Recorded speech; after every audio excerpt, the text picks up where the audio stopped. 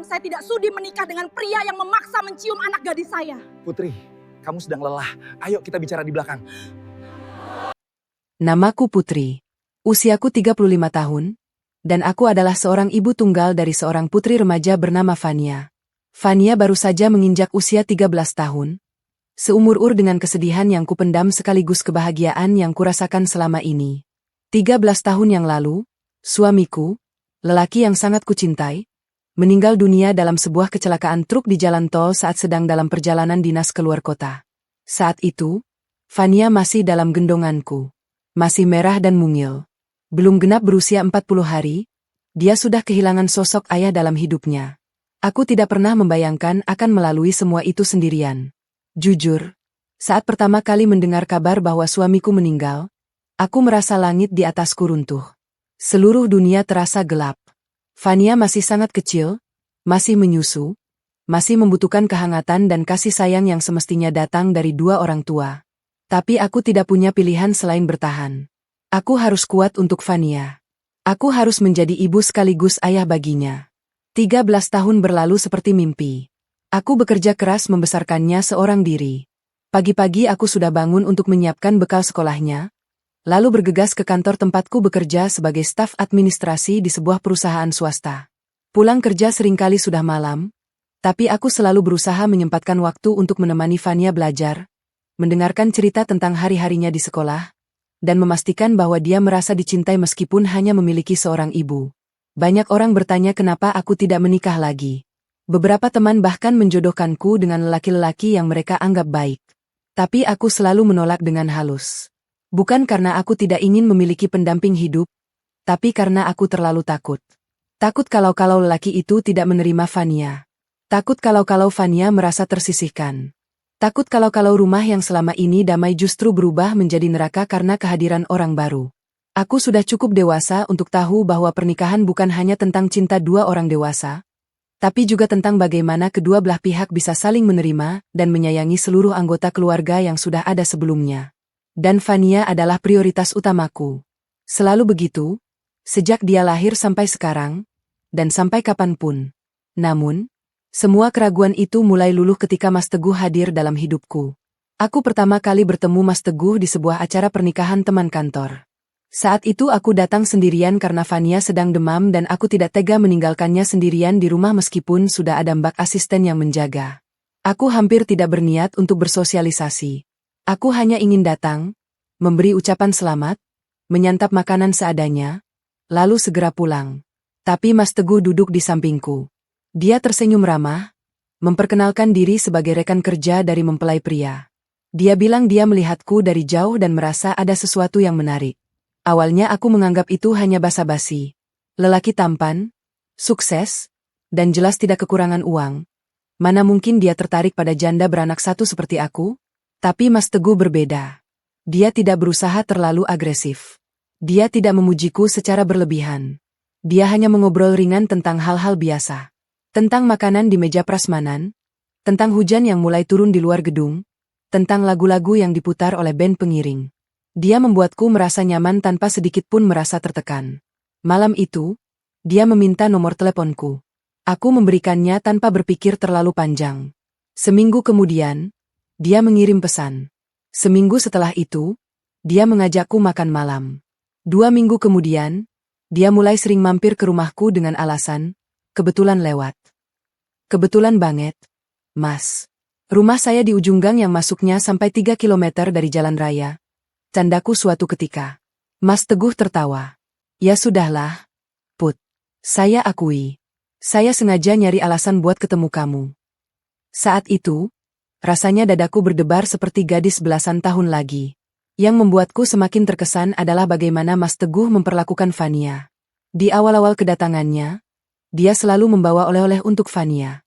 Bukan oleh-oleh mahal yang berlebihan, tapi barang-barang sederhana yang ternyata cukup ia perhatikan kesukaannya. Pernah suatu hari Fania cerita di depannya bahwa dia suka sekali makan coklat merek tertentu, dan keesokan harinya Mas Teguh datang membawa 1 toples penuh coklat itu.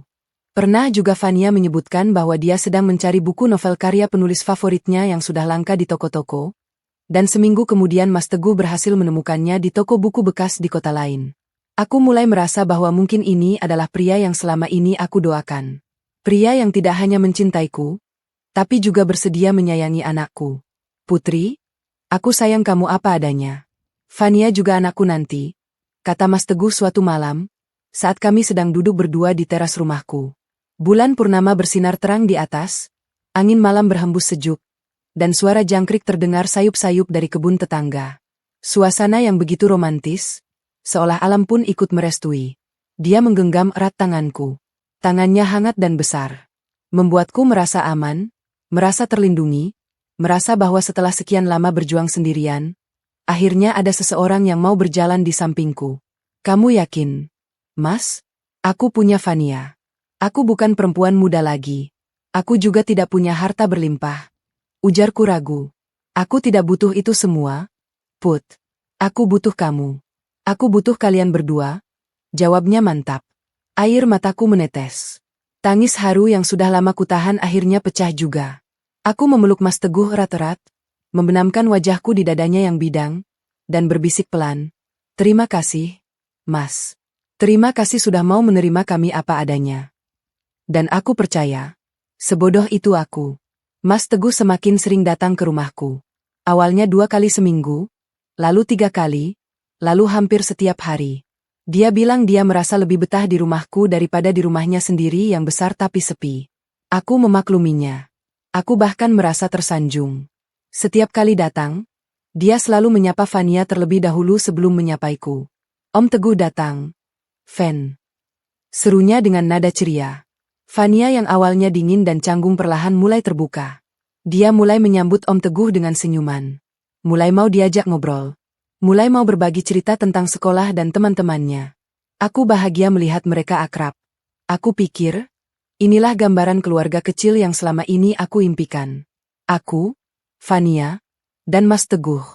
3 orang yang awalnya asing, perlahan menyatu menjadi satu kesatuan yang hangat. Lihat, Bu. Om Teguh baik banget. Dia ngajarin aku matematika dan aku jadi ngerti, kata Fania suatu hari sambil menunjukkan nilai ulangannya yang naik drastis. Alhamdulillah, Nak. Kamu harus berterima kasih sama Om Teguh. Jawabku sambil mengusap rambutnya. Udah, Bu. Tadi aku ucapin makasih. Om Teguh juga bilang dia senang bisa bantu aku. Ujar Fania dengan mata berbinar. Hatiku meleleh. Rasanya tidak ada yang lebih membahagiakan seorang ibu selain melihat anaknya tersenyum bahagia. Bahkan tetanggaku, Bu RT, sering berkomentar. Wah, Bu Putri, calon suaminya baik banget. Ya, sering banget kesini. Perhatian sama anak juga. Iya, Bu. Doain yang terbaik. Ya, jawabku malu-malu. Didoain, Bu. Semoga lancar sampai pelaminan. Kasihan juga kamu sendirian selama ini. Anak juga butuh sosok ayah. Aku hanya tersenyum mendengar ucapan Bu RT. Tapi di dalam hati, aku semakin yakin bahwa Mas Teguh adalah jawaban dari semua doaku selama 13 tahun ini. Lamaran pun datang. Tidak lama setelah kami berpacaran selama kurang lebih 6 bulan, Mas Teguh datang ke rumahku bersama kedua orang tuanya dan rombongan keluarga besarnya. Mereka datang dengan membawa seserahan yang sangat mewah, perhiasan, pakaian, kue-kue tradisional, dan yang paling membuatku terharu, Mas Teguh juga membawa 1 set perlengkapan sekolah baru untuk Fania. Untuk calon anak saya, katanya sambil tersenyum ke arah Fania yang duduk di sampingku. Fania tersenyum malu. Aku menangis haru. Orang tuaku yang hadir di sampingku juga ikut menangis haru. Mereka sudah lama menginginkan aku menikah lagi, dan sekarang keinginan itu hampir menjadi kenyataan. Lamaran itu berjalan lancar. Kedua keluarga sepakat. Tanggal pernikahan ditetapkan 2 bulan dari hari itu. Semua tamu undangan sudah mulai didata. Gedung pernikahan sudah dipesan. Catering sudah diatur. Gaun pengantinku sudah mulai dijahit oleh penjahit langganan keluarga. Aku bahagia. Sungguh bahagia. Hampir tidak percaya bahwa semua ini benar-benar terjadi. Tapi di balik kebahagiaan itu, ada sesuatu yang samar-samar menggangguku. Sesuatu yang saat itu masih terlalu kecil untuk kupedulikan, terlalu kabur untuk kulihat dengan jelas. Sesuatu yang seharusnya membuatku lebih waspada. Tapi aku memilih untuk mengabaikannya. Aku memilih untuk terus tersenyum. Karena saat itu, aku masih percaya pada dongeng. Kebahagiaanku setelah lamaran terasa begitu sempurna. Rasanya seperti mimpi yang menjadi kenyataan. Mas Teguh, calon suamiku yang tampan, sukses, dan perhatian, kini resmi menjadi tunanganku. Cincin berlian melingkar indah di jari manisku, dan setiap kali cahaya mengenainya, aku selalu tersenyum sendiri mengingat bahwa sebentar lagi aku tidak akan sendirian lagi. Fania akan memiliki sosok ayah, dan aku akan memiliki pendamping hidup yang selama ini kurindukan. Mas Teguh semakin sering datang ke rumahku setelah lamaran. Bahkan bisa dibilang hampir setiap hari dia mampir, setidaknya untuk sekadar makan malam bersama atau menemani Fania mengerjakan PR. Awalnya aku merasa senang, sangat senang. Ini pertanda bahwa Mas Teguh serius dengan hubungan kita. Ini pertanda bahwa dia benar-benar ingin menjadi bagian dari keluarga kecilku. Mas, kamu kok hampir tiap hari kesini? Enggak capek? Tanyaku suatu malam sambil menyiapkan secangkir teh hangat untuknya. Capek? Sama kamu dan Fania? Enggak. Sayang. Justru di sini aku merasa tenang. Rumahku besar tapi sepi. Di sini ada kamu, ada Fania, ada tawa dan kehangatan. Jawabnya sambil menyeruput teh buatanku. Hatiku berbunga-bunga mendengar perkataannya. Aku benar-benar beruntung memiliki calon suami seperti Mas Teguh. Dia juga sangat perhatian pada Fania. Setiap datang, dia selalu membawa oleh-oleh. Kadang makanan ringan kesukaan Fania, kadang alat tulis baru, kadang sekadar es krim yang dibelinya di perjalanan. Dia juga sering menawarkan diri untuk mengantar Fania ke sekolah kalau aku sedang ada keperluan di pagi hari. Bahkan dia pernah memboloskan diri dari rapat kantor hanya untuk menjemput Fania yang terjebak hujan sepulang sekolah. Om Teguh, nggak usah repot-repot. Aku bisa naik ojek online kok. Kata Fania suatu hari saat Mas Teguh tiba-tiba muncul di gerbang sekolahnya dengan payung besar. Nggak boleh. Kamu kan calon anak Om. Om yang bertanggung jawab sama keselamatan kamu. Jawab Mas Teguh sambil membukakan pintu mobil untuk Fania. Aku melihat semua itu dari balik jendela dapur saat mereka tiba di rumah. Fania masuk dengan rambut yang sedikit basah, tapi dia tersenyum. Mas Teguh mengikutinya dari belakang sambil menggantungkan jaketnya yang juga basah terkena air hujan. Makasih ya, Mas. Sudah jemput Fania? Ucapku sambil mengelap rambut Fania dengan handuk. Santai, Put. Ini MAH kewajiban calon ayah. Jawab Mas Teguh santai. Calon ayah, dua kata itu membuatku tersenyum lebar. Fania juga tersenyum, meskipun aku perhatikan senyumnya tidak selebar biasanya. Tapi saat itu aku tidak memikirkannya terlalu dalam. Mungkin dia hanya malu-malu, pikirku. Tapi lambat laun, aku mulai melihat perubahan pada Fania. Awalnya hal-hal kecil yang hampir tidak kusadari. Misalnya, jika dulu Fania selalu antusias menyambut Mas Teguh di pintu, kini dia lebih sering berlalu ke kamarnya begitu mendengar suara mobil Mas Teguh masuk ke halaman. Jika dulu dia mau duduk di ruang tamu dan menemani kami mengobrol, kini dia lebih memilih belajar di kamar meskipun aku tahu PR-nya sudah selesai. Jika dulu dia mau diajak makan malam bertiga, kini dia sering minta izin makan di kamar saja.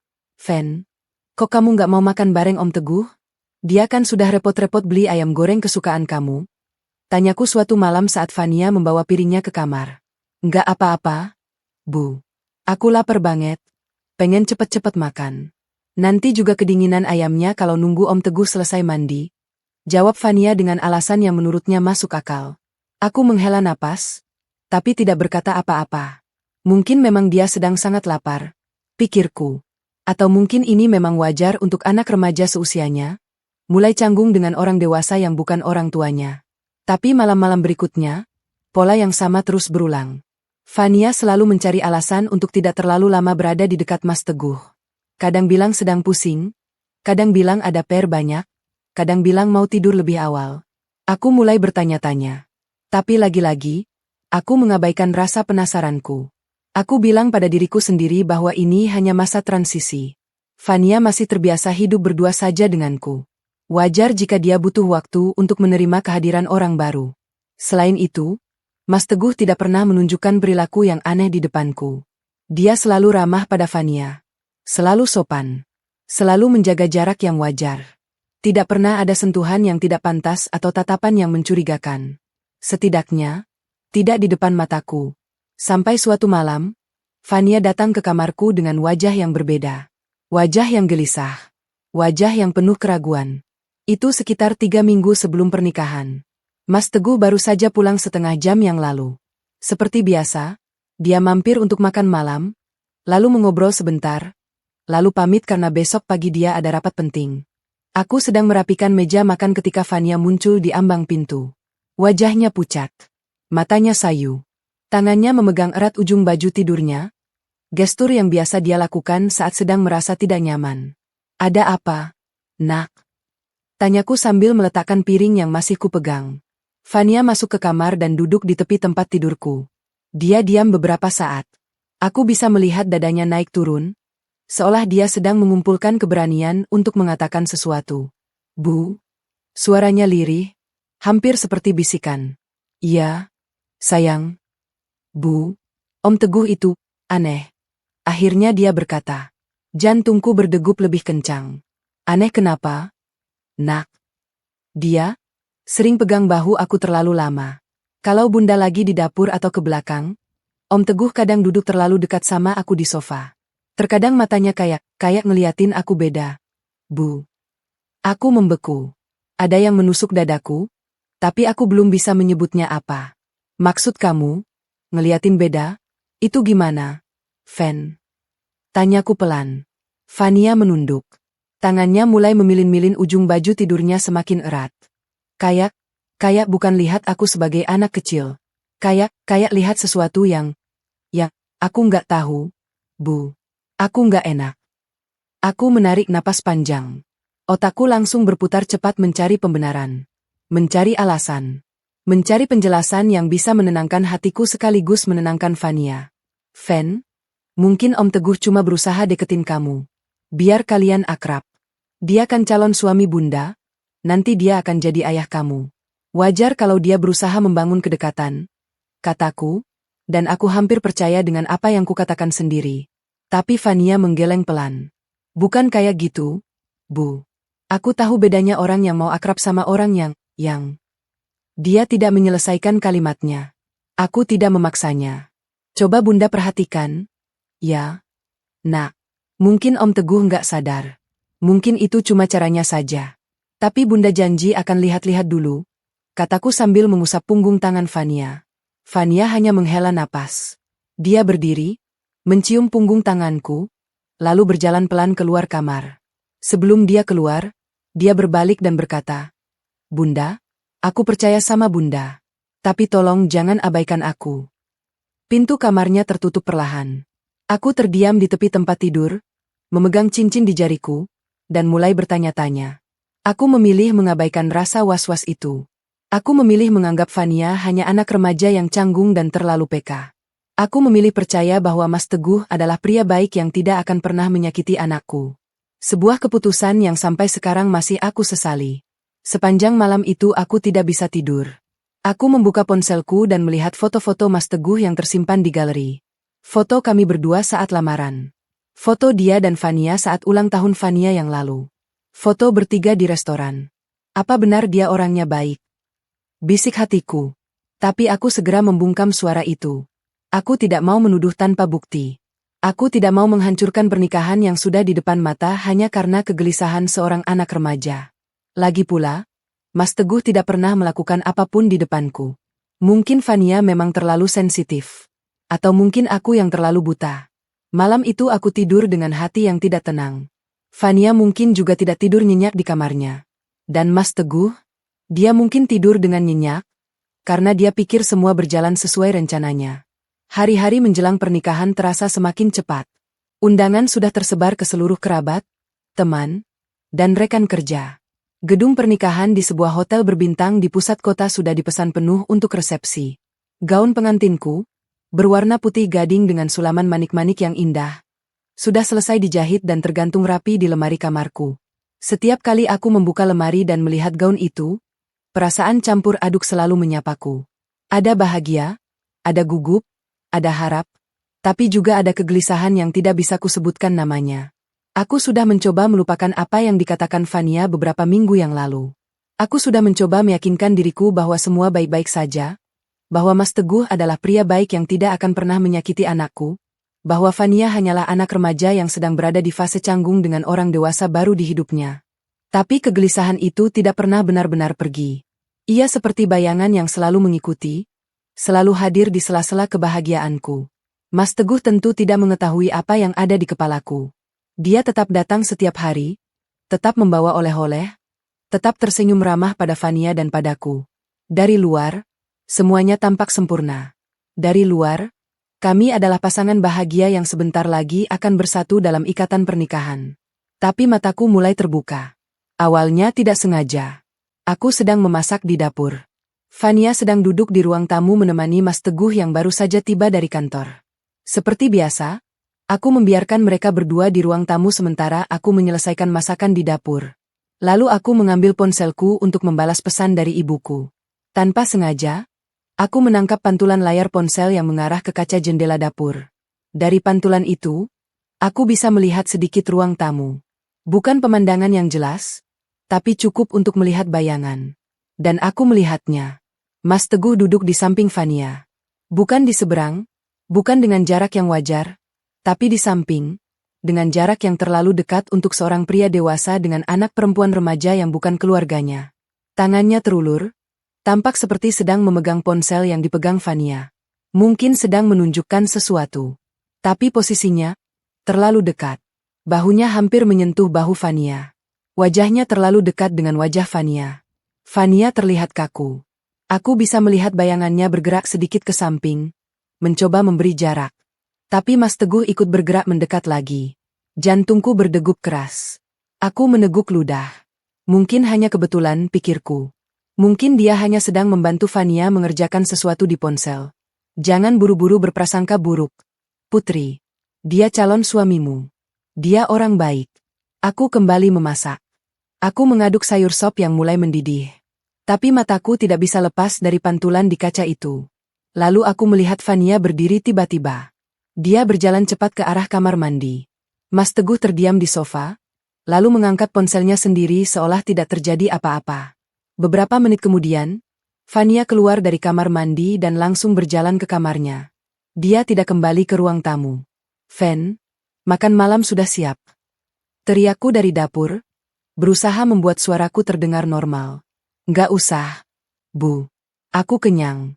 Aku mau tidur dulu," jawab Fania dari balik pintu kamarnya. Suaranya aneh. Seperti suara orang yang sedang berusaha keras untuk tidak menangis. Malam itu, setelah Mas Teguh pulang, aku mengetuk pintu kamar Fania. "Fen, Bunda masuk." "Ya." Tidak ada jawaban. Aku membuka pintu perlahan. Fania terbaring di tempat tidurnya, menghadap ke dinding. Aku duduk di tepi tempat tidurnya dan mengusap rambutnya. "Ada apa? Nak, kamu sakit?" Fania bergeming beberapa saat. Lalu dia berbalik. Matanya sembab. Dia sudah menangis. "Bu, Om Teguh tadi, dia pegang ponsel aku, tapi dia terlalu dekat. Kayak dia mau." "Aku nggak tahu, Bu. Aku takut." Aku memeluknya erat. "Maafkan Bunda, Nak. Bunda nggak lihat langsung. Tadi Bunda di dapur. Tapi Bunda janji akan lebih memperhatikan. Kamu jangan takut." "Ya, Bunda ada di sini." Fania menangis di pelukanku. Aku mencium keningnya berulang-ulang. Tapi di dalam hati, ada suara yang mulai tidak bisa lagi aku abaikan. Ada yang tidak beres dengan pria itu. Dari malam itu, aku mulai mengamati Mas Teguh dengan lebih saksama. Aku mulai memperhatikan setiap gerak-geriknya saat dia bersama Fania. Aku mulai mencatat dalam pikiranku setiap interaksi yang terjadi antara mereka. Dan pelan-pelan, aku melihat banyak hal yang sebelumnya tidak pernah kuperhatikan. Caranya menatap Fania saat aku berpaling. Tatapan itu bukan tatapan seorang calon ayah tiri yang peduli. Itu tatapan yang membuat bulu kuduku berdiri. Tatapan seorang pria yang melihat seorang gadis remaja dengan cara yang tidak semestinya. Caranya, tidak sengaja, menyentuh tangan Fania saat mengambil remote TV atau saat Fania mengambilkan minuman untuknya. Sentuhan yang terlalu lama, terlalu lembut, terlalu disengaja. Caranya memanggil Fania ke ruang tamu ketika aku sedang sibuk di dapur. "Fen, Om punya cerita lucu. Sini dulu, Om ceritain." Dan Fania, yang tidak tega menolak karena dia pikir Om Teguh baik-baik saja, selalu datang meskipun dengan raut wajah yang tidak antusias. Caranya memuji penampilan Fania. "Baju kamu bagus, Fen. Warna biru itu cocok sama kamu." Kamu jadi tambah cantik. Pujian yang seharusnya wajar, tapi nada bicaranya, ada yang aneh. Semua itu tidak terlihat oleh orang lain. Tetanggaku, Bu RT, masih memuji Mas Teguh sebagai calon suami idaman. Teman-temanku di kantor masih iri karena aku mendapatkan pria setampan dan sesukses Mas Teguh. Keluargaku masih bersyukur karena aku akhirnya akan menikah lagi. Tapi aku sudah tidak bisa lagi menutup mata. Mas, kenapa kamu sering minta Fania temani kamu nonton di ruang tamu? Dia kan harus belajar. Tanyaku suatu sore, berusaha terdengar santai. Mas Teguh tersenyum. Senyum yang dulu membuatku luluh, kini mulai membuatku merinding. Ah, biar akrab aja. Sayang, nanti kan jadi anakku juga. Aku harus kenal dia lebih dekat. Kan? Tapi dia punya banyak Mas. Ujian semester juga sudah dekat. Ya sudah, kalau gitu aku kurangi. Jangan sampai nilai Fania turun karena aku. Jawabnya enteng, lalu mengalihkan topik ke rencana bulan madu kami ke Bali. Aku mengangguk-angguk mendengar ceritanya. Tapi pikiranku sudah berada di tempat yang sangat berbeda. Aku mulai mempertanyakan segalanya. Apakah aku terlalu terburu-buru menerima lamarannya? Apakah aku terlalu buta karena terlalu lama sendiri? Apakah aku mengabaikan tanda-tanda bahaya karena aku terlalu bahagia akhirnya memiliki pendamping? Dan pertanyaan yang paling mengerikan, apakah Fania dalam bahaya? Malam itu, setelah Mas Teguh pulang, aku tidak bisa tidur lagi. Aku duduk di ruang tamu sendirian, menatap sofa tempat Mas Teguh biasa duduk berdampingan dengan Fania. Sofa yang sama tempat dia duduk terlalu dekat. Sofa yang sama tempat tangannya terlalu lama menyentuh tangan anakku. Aku mengambil ponselku. Aku membuka mesin pencarian. Aku mengetik tanda-tanda pelecehan pada anak. Yang kubaca membuatku ingin muntah. Semua tanda yang disebutkan di artikel-artikel itu, pelaku yang terlalu akrab dengan anak, yang berusaha mengisolasi anak dari orang tua, yang memberikan perhatian berlebihan, yang mencari waktu sendirian dengan anak, semua itu ada pada Mas Teguh. Aku menangis dalam diam. Aku menyesali ketidakmampuanku melihat lebih awal. Tapi air mata tidak akan menyelesaikan masalah. Aku butuh bukti. Bukti yang tidak bisa dibantah siapapun. Bukti yang akan melindungi Fania dan menghancurkan pria bejat itu. Dan saat itu juga, ide untuk memasang CCTV mulai terbentuk di kepalaku. Aku tidak akan membatalkan pernikahan. Tidak sekarang. Karena Mas Teguh akan merasa aman. Dia akan merasa bahwa aku masih percaya padanya. Dia akan merasa bahwa semua berjalan sesuai rencananya. Tapi di belakang layar, aku sedang menyiapkan kehancurannya. Untuk Fania. Untuk keadilan. Untuk semua gadis remaja yang mungkin menjadi korbannya berikutnya jika aku tidak menghentikannya sekarang. Malam itu aku tidak bisa tidur. Benar-benar tidak bisa tidur sama sekali. Aku berbaring di tempat tidur dengan mata terbuka lebar, menatap langit-langit kamar yang hanya diterangi cahaya remang dari lampu tidur. Fania sudah terlelap di kamarnya. Setidaknya aku berharap dia terlelap. Karena dia sangat membutuhkan istirahat setelah beberapa hari terakhir matanya selalu sembab karena menangis. Tapi pikiranku seperti kuda liar yang berlari tak terkendali. Setiap kali aku memejamkan mata, aku selalu membayangkan adegan yang sama. Mas Teguh duduk terlalu dekat dengan Fania. Tangannya menyentuh bahu Fania terlalu lama. Tatapannya yang aneh, yang membuat bulu kuduku berdiri sendiri.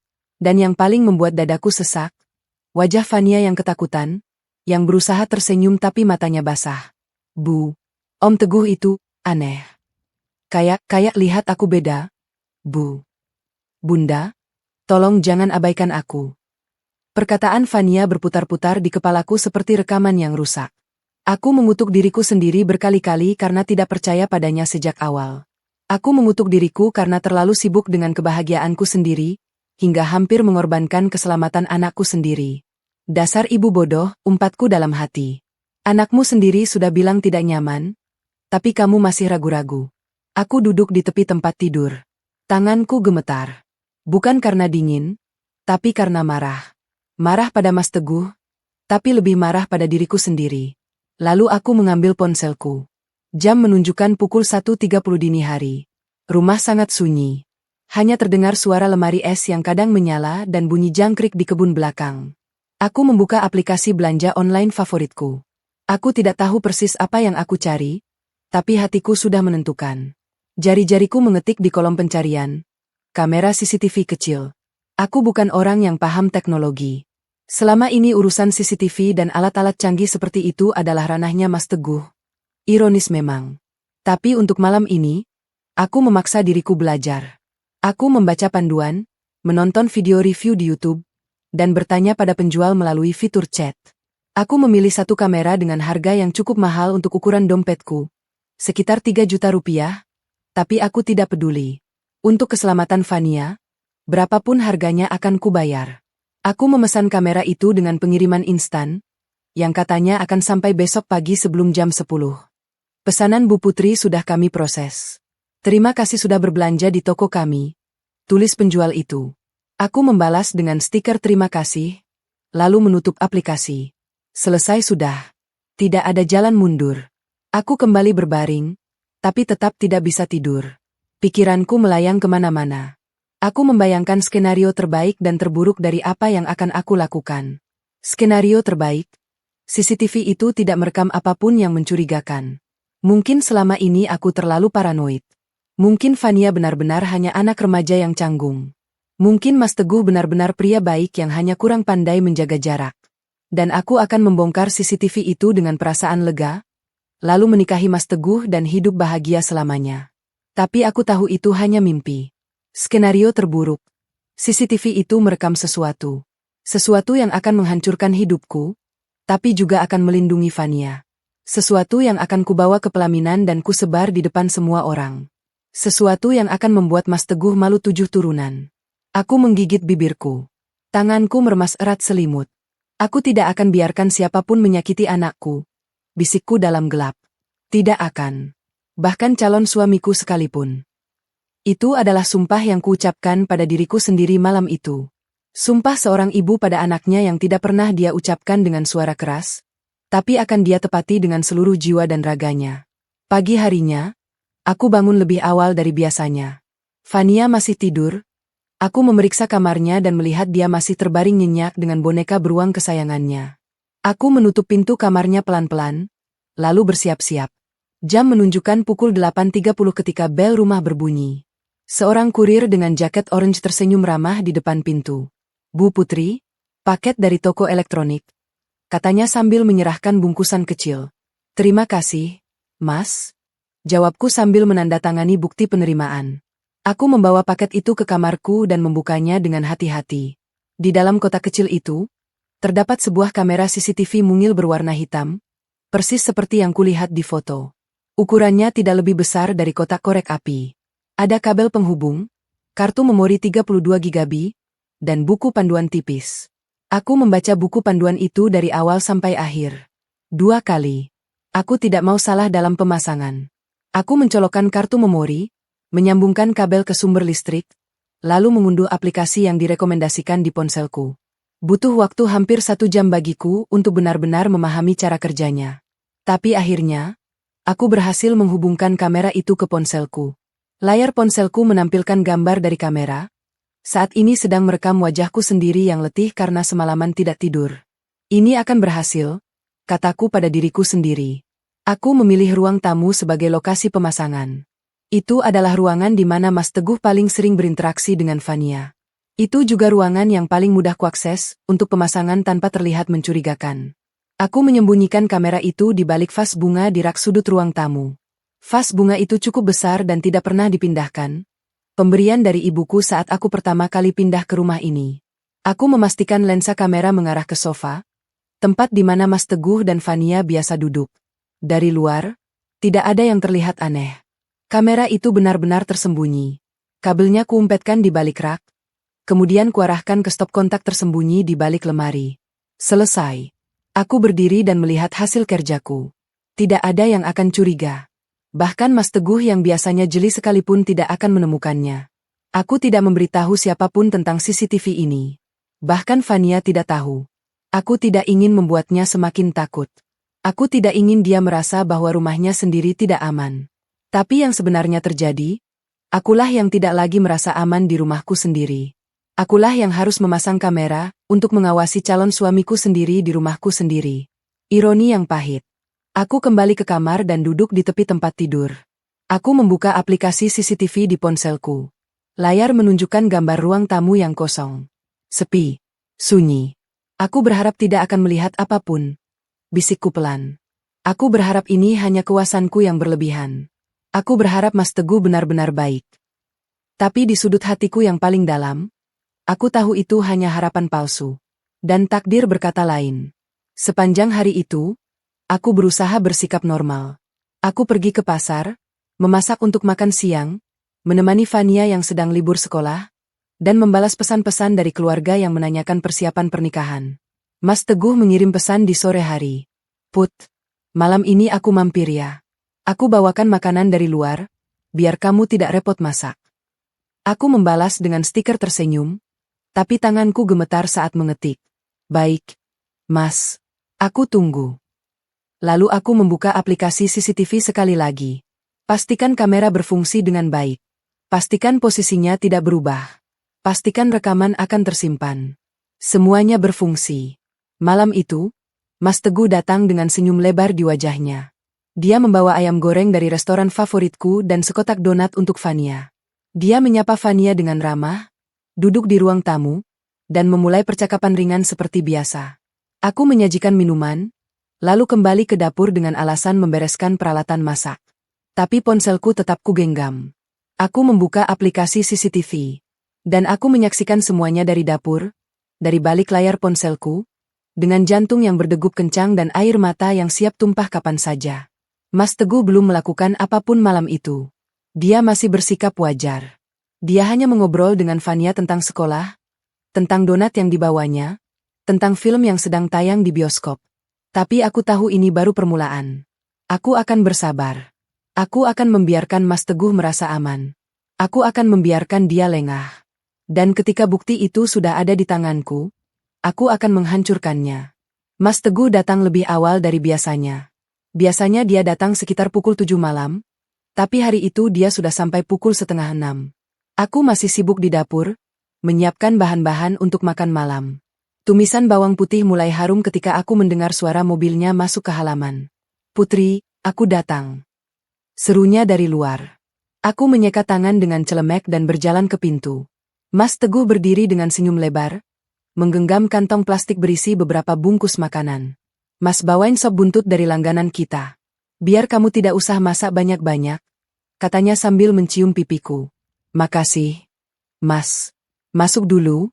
Ya. Fania lagi di ruang tamu. Katanya AC kamarnya rusak jadi dia belajar di luar dulu. Jawabku berusaha terdengar normal. Oh, iya. Fen, Om datang. Sapa Mas Teguh sambil melambai ke arah Fania yang duduk di sofa dengan buku-buku berserakan di depannya. Fania menoleh dan tersenyum tipis. Om Teguh. Om datang. Ya. Iya, Fen. Om bawain sop buntut kesukaan kamu. Makasih, Om. Aku kembali ke dapur. Seperti biasa, aku membiarkan mereka berdua di ruang tamu. Tapi kali ini, aku tidak hanya mengandalkan penglihatanku dari balok pintu dapur. Aku mengandalkan ponselku. Aku membuka aplikasi CCTV. Layar menyala. Gambar ruang tamu tampak jelas. Fania duduk di ujung kanan sofa. Mas Teguh duduk di tengah. Masih wajar. Masih aman. Aku kembali memasak. Aku menumis sayur, merebus telur, dan menghangatkan sop buntut yang dibawa Mas Teguh. Aku bolak-balik ke dapur dan ruang makan, sesekali menengok ke arah ruang tamu. Masih aman. Tapi sekitar 20 menit kemudian, ponselku bergetar di sakuku. Aku mengusap layar. Aplikasi CCTV masih terbuka. Dan apa yang kulihat membuat jantungku berhenti berdetak. Mas Teguh telah bergerak. Dia sekarang duduk tepat di samping Fania. Terlalu dekat. Bahu mereka hampir bersentuhan. Tangannya terulur dan meraih pundak Fania. Aku bisa melihat jari-jarinya menggenggam lembut bahu anakku. Fania terlihat kaku. Aku bisa melihat dari ekspresinya, dia tidak nyaman. Dia bergerak sedikit ke samping, mencoba memberi jarak. Tapi Mas Teguh menariknya kembali. Tangannya bergerak dari pundak ke lengan Fania, memegangnya dengan cara yang tidak wajar. Tidak, jangan. Bisikku pelan, tanganku gemetar memegang ponsel. Aku ingin berlari ke ruang tamu. Aku ingin meneriakkan kemarahanku. Tapi sesuatu menahanku. Sesuatu yang lebih kuat dari amarahku. Kesabaran yang telah aku tanam selama ini. Tunggu, Putri. Tunggu sampai dia benar-benar melakukan sesuatu. Kamu butuh bukti yang tidak bisa dibantah. Bisik suara di kepalaku. Aku terus menonton. Darahku mendidih. Air mataku mulai menggenang. Di layar ponsel, Mas Teguh membungkuk mendekati Fania. Mulutnya bergerak. Aku tidak bisa mendengar suaranya, tapi aku bisa membaca gerak bibirnya. Aku belajar membaca gerak bibir dari film-film detektif yang sering kutonton. Dan kali ini, kemampuanku tidak mengecewakan. Kamu cantik, Fen. Jangan bilang ibu kamu. Ya. Dunia terasa berhenti. Aku ingin muntah. Aku ingin berteriak.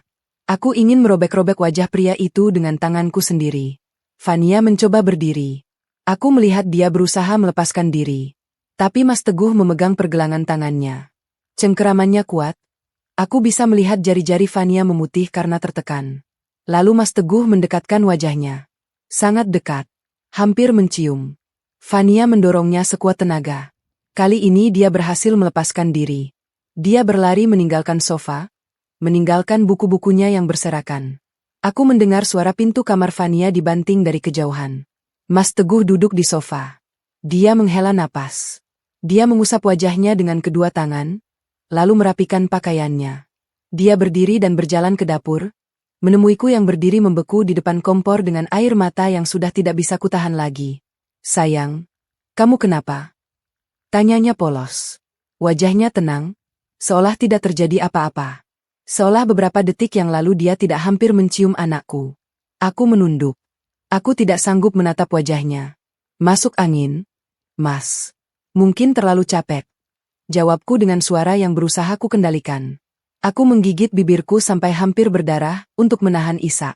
Istirahatlah, sayang. Biar aku yang masak. Tawarnya. Tidak usah, Mas. Mungkin malam ini aku tidak bisa makan. Kepalaku pusing sekali. Mas Teguh menghela napas. Ya sudah. Kalau gitu aku pulang dulu. Kamu istirahat yang cukup. Ya. Jangan sampai sakit menjelang pernikahan kita. Aku hanya mengangguk. Aku tidak sanggup berkata-kata.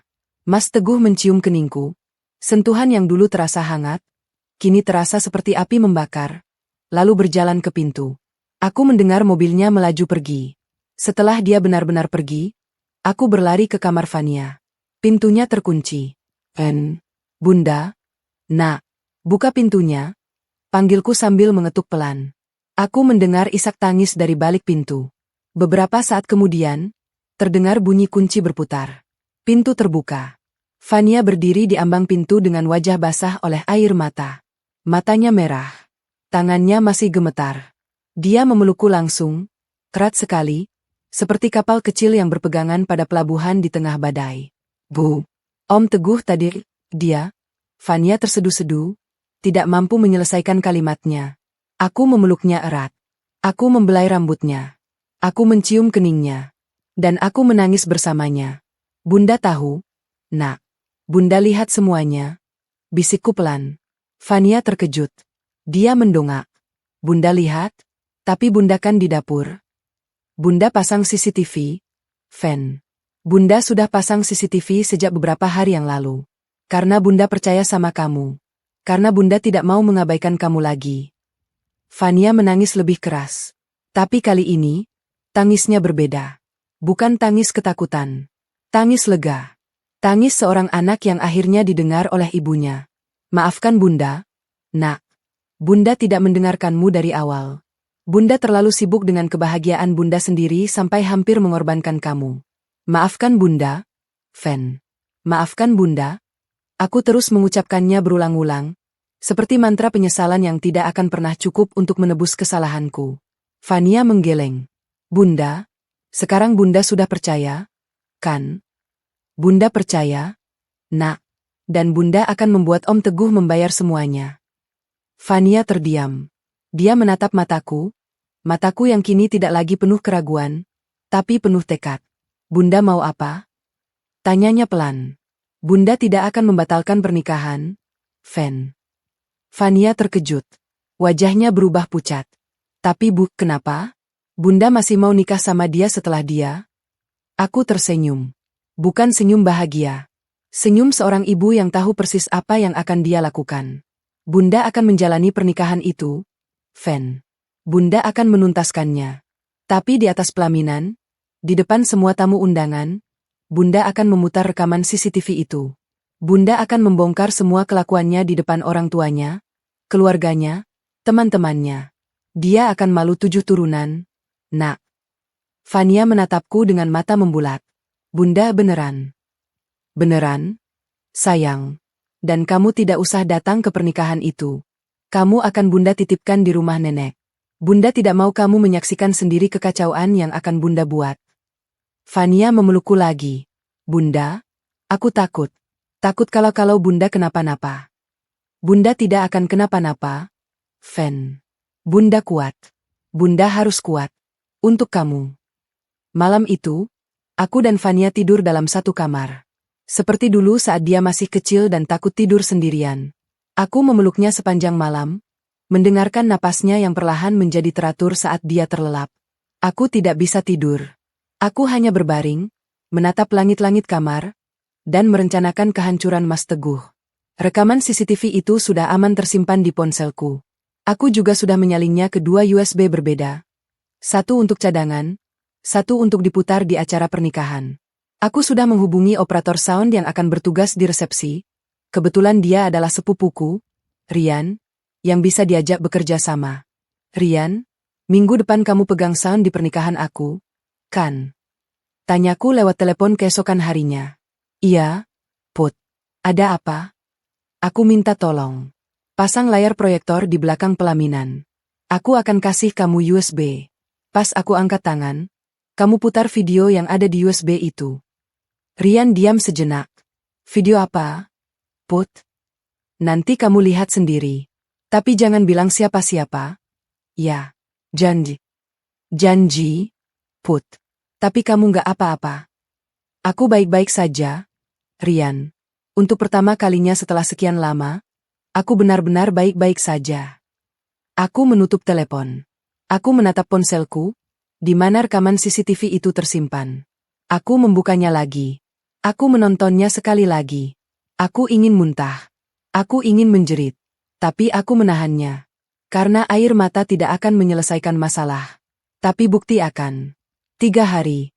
3 hari tersisa sebelum hari yang seharusnya menjadi hari paling membahagiakan dalam hidupku.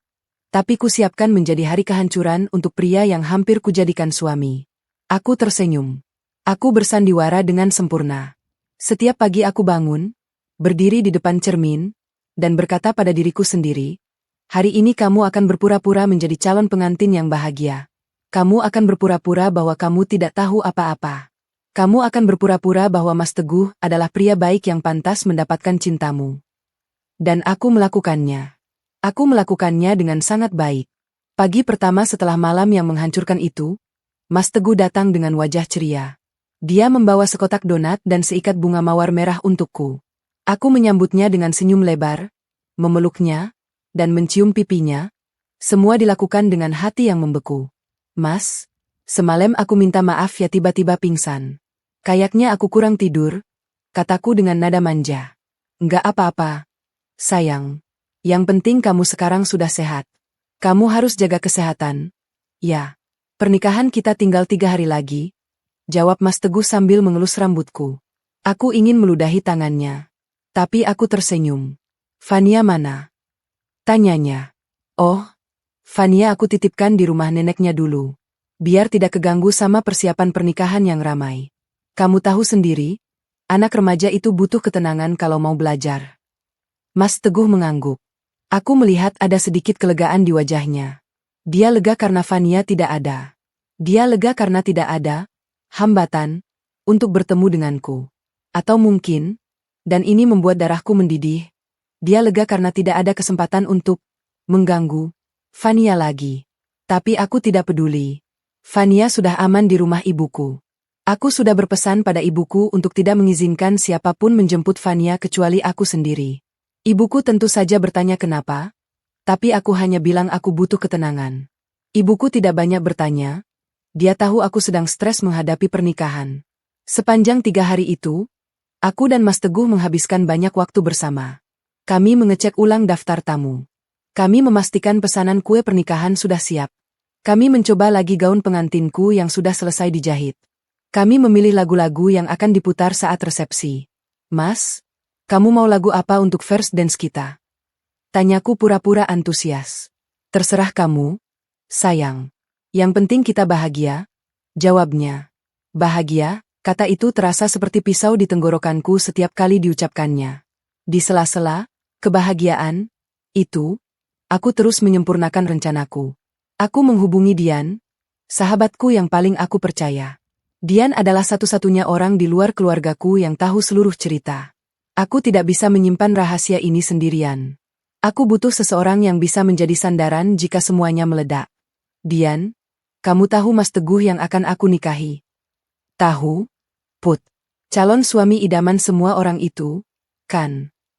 Dian, dia hampir memaksa mencium Fania. 3 malam sebelum pernikahan. Keheningan di ujung telepon. Lalu suara Dian berubah, dari ceria menjadi dingin. Kamu serius, Put? Aku serius. Aku punya rekaman CCTV-nya. Rekaman? Kamu pasang CCTV. Aku pasang karena Fania sudah beberapa kali bilang dia tidak nyaman. Dan aku tidak percaya sampai aku melihatnya sendiri. Dian menarik napas panjang. Put, kamu mau lapor polisi? Lapor polisi? Belum. Tapi di atas pelaminan, di depan semua tamu, aku akan memutar rekaman itu. Astaga, Put, kamu yakin? Itu akan menghancurkan pernikahanmu. Dan reputasi Mas Teguh. Dan keluarganya juga. Dia yang menghancurkan semuanya, Dian. Bukan aku. Aku hanya mempertontonkan kebusukannya di depan umum. Biar semua orang tahu siapa dia sebenarnya. Dian diam sejenak. Aku dukung kamu, Put. Kamu butuh bantuan apa? Temani aku di hari haji, jangan tinggalkan aku sendirian. Siap, Put. Aku akan ada di sampingmu. Aku juga menghubungi pengacara. Bukan pengacara mahal, tapi pengacara kenalan teman kantor yang cukup kompeten di bidang perlindungan anak. Aku ingin tahu langkah hukum apa yang bisa aku ambil setelah acara pernikahan usai. Bu Putri, jika buktinya kuat, kami bisa melaporkan calon suami ibu dengan pasal tentang pencabulan terhadap anak di bawah umur. Jelas pengacara itu, sebut saja Pak Budi. Ancaman hukumannya berapa lama, Pak? Untuk kasus seperti ini, bisa mencapai 15 tahun penjara. Bu, tergantung bukti dan keputusan hakim. 15 tahun. Aku hampir tersenyum. Cukup lama untuk membuatnya mempertaruhkan apa yang telah dia bangun. Baik, Pak. Saya akan menghubungi Bapak lagi setelah semuanya selesai. Siap, Bu Putri. Saya doakan yang terbaik. 3 hari terasa seperti 3 tahun. Setiap detik aku harus menahan diri untuk tidak berteriak, tidak menangis, tidak membanting sesuatu ke wajah Mas Teguh. Setiap senyuman yang kuberikan padanya adalah kebohongan. Setiap pelukan yang kuhulurkan adalah kepalsuan. Setiap, aku sayang kamu, Mas, yang keluar dari mulutku adalah sumpah serapah yang kubahasa menjadi kata-kata manis. Tapi aku melakukannya. Aku melakukannya untuk Fania. Malam sebelum pernikahan, Mas Teguh mengirimiku pesan panjang. Putri, besok adalah hari yang paling aku nantikan dalam hidupku. Terima kasih sudah mau menerima aku menjadi suamimu. Aku berjanji akan membuatmu bahagia, dan akan menyayangi Fania seperti anak kandungku sendiri. Aku sayang kamu, Put. Sampai besok. Aku membaca pesan itu berulang-ulang. Aku ingin membalas dengan kata-kata makian. Tapi aku menahan diri. Aku juga sayang kamu, Mas. Sampai besok. Balasku. Itu adalah kebohongan terakhir yang kutuliskan untuknya. Besok, semua kebohongan akan berakhir. Besok, dunia akan tahu siapa Mas Teguh sebenarnya. Besok, aku akan memenangkan pertarungan terbesar dalam hidupku. Bukan untuk diriku, tapi untuk Fania. Untuk anakku. Untuk satu-satunya alasan aku masih terus bernapas sampai saat ini. Aku menutup ponsel. Aku memeluk bantal yang masih basah oleh air mataku. Aku berdoa pada Tuhan, memohon kekuatan untuk menjalani hari esok. Ya Allah, beri aku kekuatan. Beri aku keberanian. Jangan biarkan aku goyah. Semua ini kulakukan untuk melindungi anak yang Engkau titipkan padaku. Amin. Dan aku tertidur, dengan mimpi yang penuh dengan teriakan dan kehancuran. Tapi anehnya, aku tidak takut. Aku justru merasa siap. Hari pernikahan tiba. Aku terbangun sebelum matahari terbit. Aku tidak tahu apakah aku benar-benar tidur semalaman atau hanya berbaring dengan mata terpejam. Yang aku tahu, tubuhku terasa ringan, bukan seperti orang yang kurang tidur, tapi seperti orang yang sudah memutuskan segalanya dan tidak ada beban lagi di pundaknya. Aku duduk di tepi tempat tidur, menatap gaun pengantin putih gading yang tergantung di lemari. Secantik itu, seindah itu, dijahit dengan cinta oleh penjahit langganan keluarga, dengan payet-payet halus yang berkilauan setiap kali terkena cahaya. Aku hampir menangis membayangkan seharusnya hari ini menjadi hari paling membahagiakan dalam hidupku. Tapi takdir berkata lain. Tidak apa-apa, putri, bisikku pada diriku sendiri. Kamu tidak sedang merusak kebahagiaanmu. Kamu sedang menyelamatkan dirimu dan Fania dari kebahagiaan palsu. Aku mandi, merapikan rambut, dan memulai rangkaian persiapan. Makeup artis datang pukul 7 pagi. Dia seorang wanita ramah bernama Mila, langganan keluargaku sejak aku masih gadis. Mila sudah merias wajahku saat pernikahan pertamaku dulu, saat aku menikah dengan almarhum suamiku. Dan sekarang dia akan merias wajahku untuk pernikahan yang tidak akan pernah selesai. Putri, kamu kelihatan tegang, komentar Mila sambil mengaplikasikan foundation di wajahku. Iya, Mila. Gugup. Ini kan pernikahan besar. Jawabku. Wajar, sayang. Semua pengantin gugup. Tapi kamu tetap cantik. Kok? Istirahat yang cukup semalam. Cukup, Mila. Aku berbohong. Tapi Mila tidak perlu tahu. Dian datang sekitar pukul 9. Wajahnya tegang. Dia tahu persis apa yang akan terjadi hari ini. Tapi dia berusaha tersenyum, duduk di sampingku, dan memegang tanganku. Kamu siap, Put? Bisiknya pelan, cukup pelan agar Mila tidak mendengar. Aku sudah siap dari 3 hari yang lalu, Dian. USB-nya sudah ada di sakuku. 2. 1 cadangan. Rian sudah. Dia akan pasang layar proyektor di belakang pelaminan. Katanya sudah dipasang semalam. Dian menghela napas. Semua tamu undangan sudah datang nanti. Keluarga besarnya Mas Teguh juga. Orang tuanya, adik-adiknya, sepupu-sepupunya. Mereka semua akan melihat. Itulah yang aku mau, Dian. Semakin banyak yang melihat, semakin baik. Dian menatapku dengan mata berkaca-kaca. Kamu ibu yang hebat, Put. Fania beruntung punya kamu. Aku ibu yang hampir gagal melindungi anakku, Dian. Hari ini aku akan memperbaikinya. Pukul 11, aku sudah siap. Gaun putih gading itu terasa pas di tubuhku.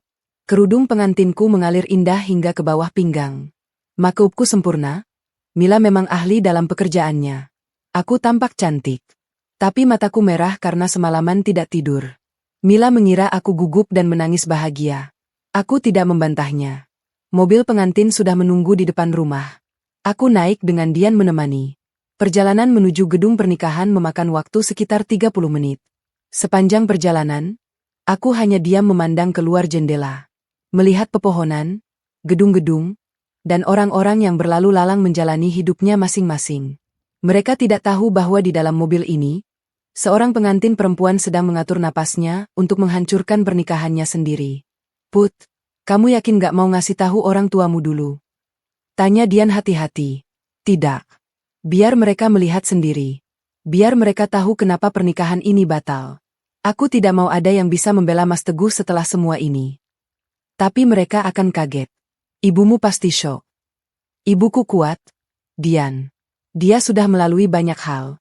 Dan setelah syok itu berlalu, dia akan bangga padaku.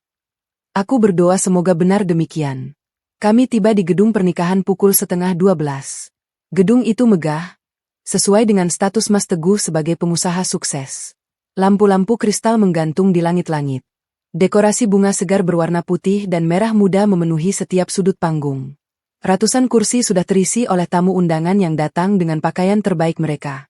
Aku turun dari mobil dengan Dian membantu memegang ujung gaunku yang panjang. Aku berjalan pelan menuju pintu masuk, melewati barisan tamu yang mulai bersorak-sorak. Selamat, Bu Putri. Cantik sekali, Bu. Semoga langgeng. Ya. Aku tersenyum dan melambai meskipun hatiku berteriak. Aku masuk ke ruang pengantin di belakang panggung. Di sana, Mas Teguh sudah menunggu. Jasnya hitam dengan dasi putih, rambutnya disisir rapi, dan senyumnya, senyum yang dulu membuatku luluh, masih tersungging di wajahnya. Sayang, kamu cantik sekali, katanya sambil memelukku. Aku memeluknya balas. Untuk terakhir kalinya. Kamu juga ganteng, Mas.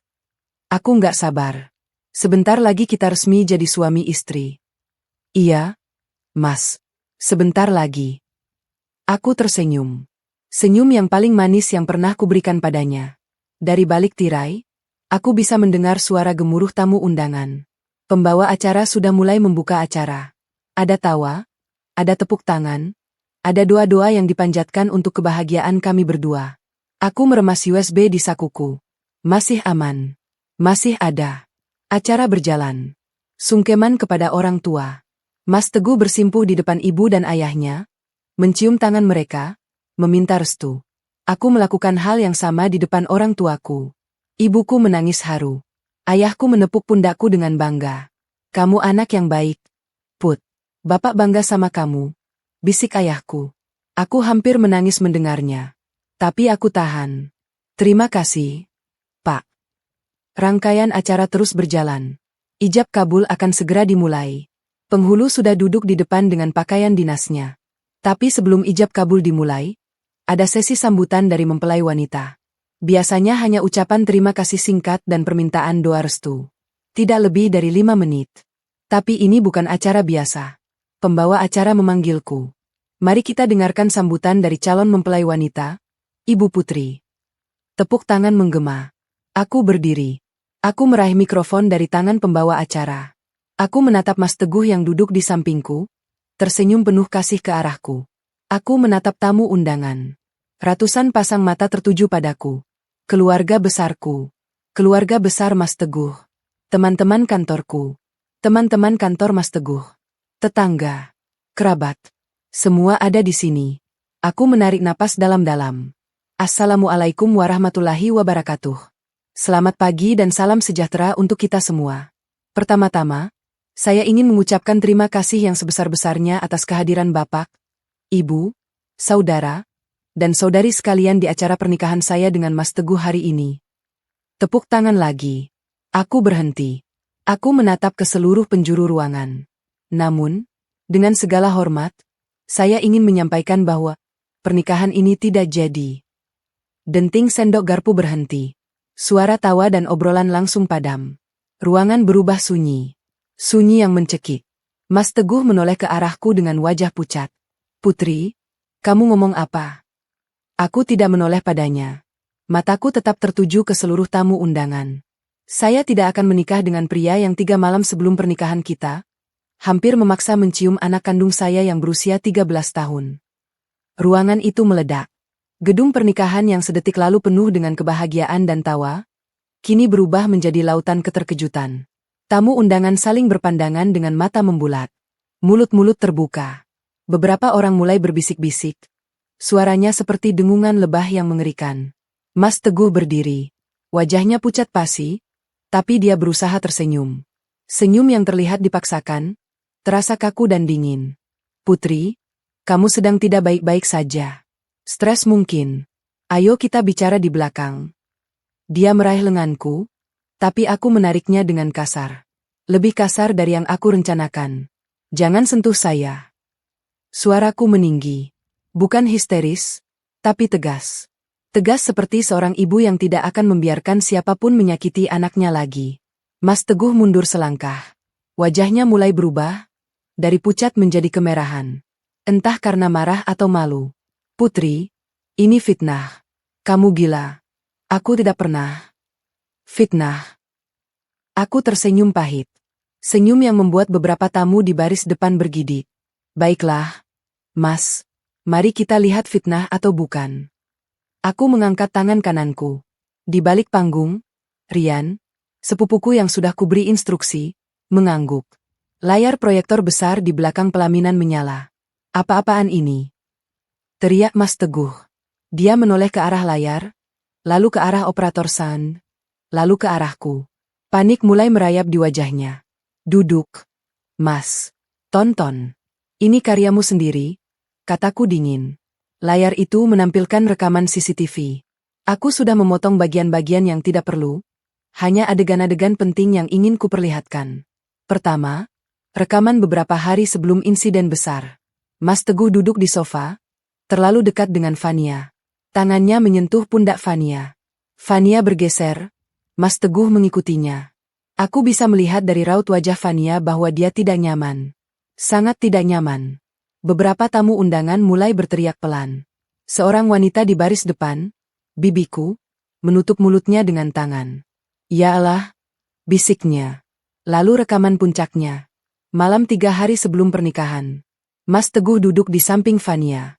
Tangannya meraih pundak Fania. Memegang pergelangan tangannya saat Fania berusaha pergi. Mendekatkan wajahnya. Hampir mencium. Mulutnya bergerak. Dan karena Rian sudah menyiapkan subtitle, aku minta dia melakukannya semalam. Kata-katanya muncul di layar. Kamu cantik, Fen. Jangan bilang ibu kamu. Ya. Ruangan itu berubah menjadi neraka.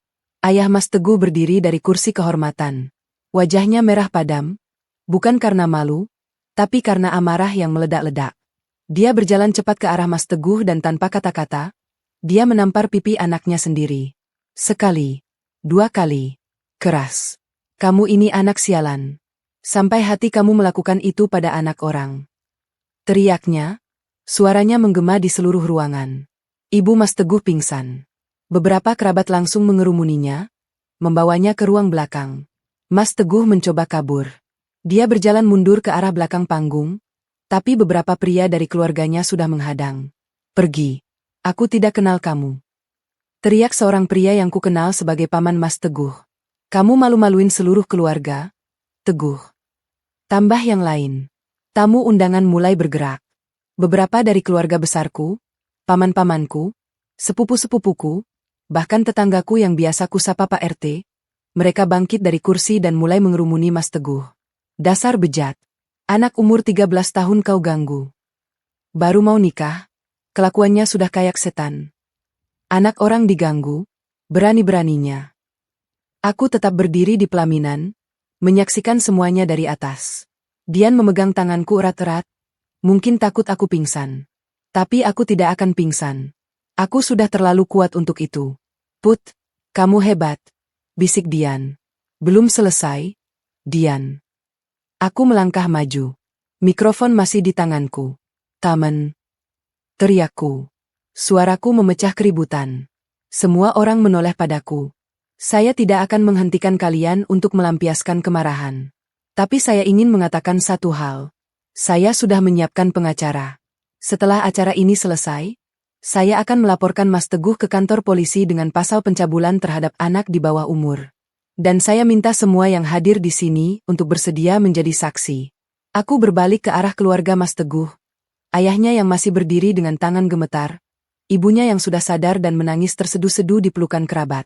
Pak, Bu, maafkan saya. Saya sangat mencintai Mas Teguh. Tapi saya lebih mencintai anak saya.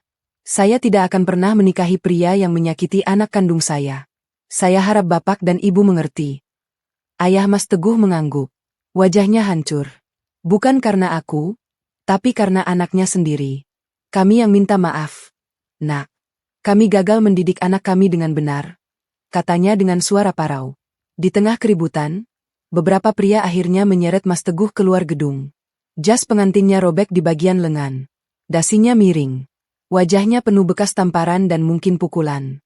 Sepatunya terlepas satu, tapi dia tidak berani berhenti untuk mengambilnya. Tolong, tolong saya. Teriaknya, tapi tidak ada yang membantu. Mobil polisi datang sekitar 15 menit kemudian. Seseorang, aku tidak tahu siapa, sudah menelepon kepolisian. Mas Teguh digelandang masuk ke dalam mobil dengan tangan di borgol. Aku berdiri di pintu gedung, menyaksikan mobil polisi itu melaju pergi. Aku tidak merasa puas. Aku hanya merasa lega. Sangat lega. Lalu lelah. Lalu sedih yang luar biasa. Aku jatuh berlutut di atas rumput halaman gedung. Gaun putih gadingku kini kotor oleh tanah. Makeupku luntur oleh air mata. Aku tidak peduli. Dian memelukku dari belakang. Sudah, Put. Sudah selesai. Belum, Dian. Belum sampai dia masuk penjara. Tapi ini awal yang baik. Kamu sudah melakukan hal yang benar. Aku menghela napas panjang. Aku menatap langit yang biru cerah, tanpa sedikit pun awan. Untuk Fania, bisikku. Untuk Fania, ulang Dian. Keributan di gedung pernikahan itu tidak mereda meskipun Mas Teguh sudah diseret keluar. Suasana justru semakin memanas seperti api yang disiram bensin. Tamu undangan yang tadinya duduk rapi di kursi-kursi putih sekarang berdiri semua, membentuk kerumunan besar di depan gedung. Beberapa orang mencoba menenangkan, tapi lebih banyak yang justru ikut terbawa emosi. Aku masih berdiri di pelaminan, gaun putih gadingku kini berlumuran air mata dan keringat. Dian tidak melepaskan genggaman tangannya sedetik pun. Dari ketinggian panggung, aku bisa melihat semuanya dengan jelas. Mas Teguh, pria yang beberapa menit lalu masih kusebut calon suamiku, kini tergeletak di halaman gedung. Jas pengantinnya yang rapi dan mahal kini robek di beberapa bagian.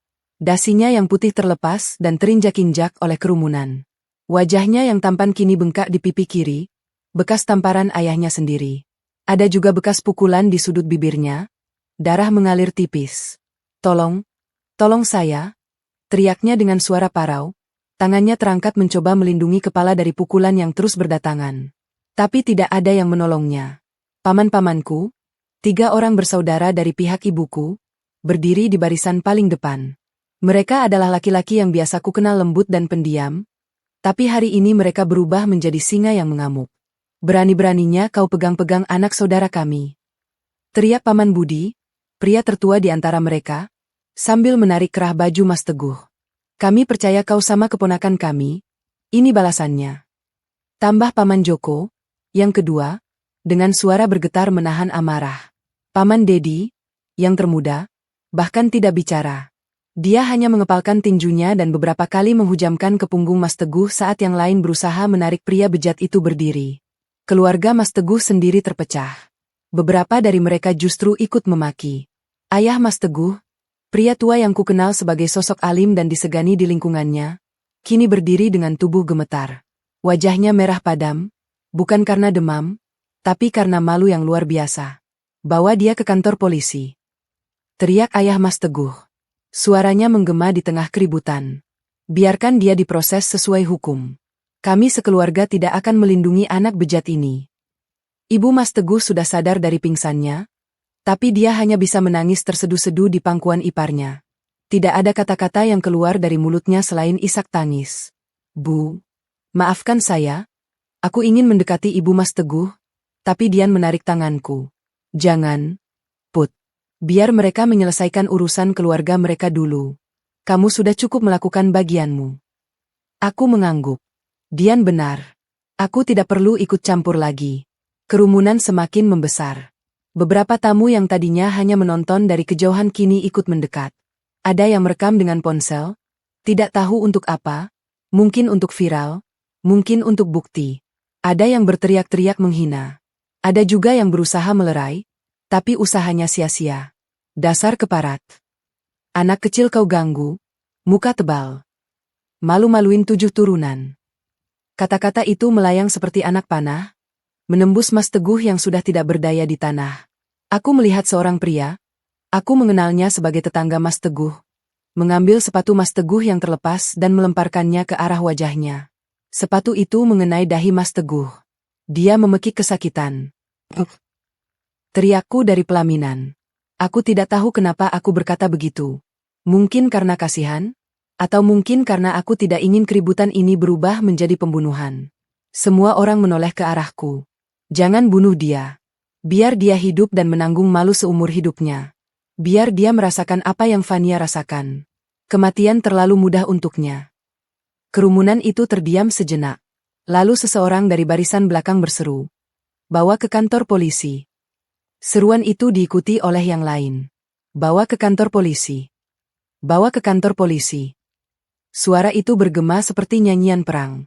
Paman Budi dan beberapa pria lainnya akhirnya menarik Mas Teguh berdiri. Kakinya lemas, entah karena cedera atau karena ketakutan. Mereka menyeretnya melewati halaman gedung, melewati barisan tamu yang masih memaki, menuju jalan raya di depan. Aku mengikuti dari belakang. Dian masih setia di sampingku. Gaun pengantinku yang panjang terseret di aspal, kotor, rusak, tapi aku tidak peduli. Gaun itu sudah tidak berarti lagi bagiku. Sebuah mobil polisi melaju dari arah timur. Seseorang memang sudah menelepon kepolisian sejak keributan mulai memuncak. Aku tidak tahu siapa yang menelepon, tapi aku bersyukur. 2 orang polisi turun dari mobil. Mereka bertubuh tegap, berseragam rapi, dengan wajah profesional yang sudah terbiasa menghadapi berbagai keributan. Ada laporan keributan di sini. Siapa yang terlibat? Tanya salah satu polisi. Aku melangkah maju. Saya, Pak. Saya yang melaporkan. Polisi itu menatapku dari ujung kepala sampai ujung kaki. Mungkin dia heran melihat seorang pengantin wanita dengan gaun kotor dan makeup luntur berdiri di depannya. Ibu pengantin. Iya, Pak. Saya Putri. Saya ingin melaporkan pria ini, Mas Teguh, atas percobaan pencabulan terhadap anak kandung saya yang masih di bawah umur. Polisi itu mengangkat alis. Dia menoleh ke arah Mas Teguh yang masih tertunduk lemas di antara kerumunan. Kami akan membawanya ke kantor polisi untuk dimintai keterangan. Ibu juga harus ikut. Baik, Pak. Saya siap. Mas Teguh digelandang ke dalam mobil polisi. Wajahnya tidak bisa kulihat dengan jelas, tapi aku bisa merasakan tatapan matanya, tatapan penuh kebencian yang terakhir kalinya dia arahkan padaku sebelum pintu mobil ditutup rapat. Aku tidak takut. Aku tidak menyesal. Mobil polisi itu melaju pelan menerobos kerumunan yang masih memadati jalan.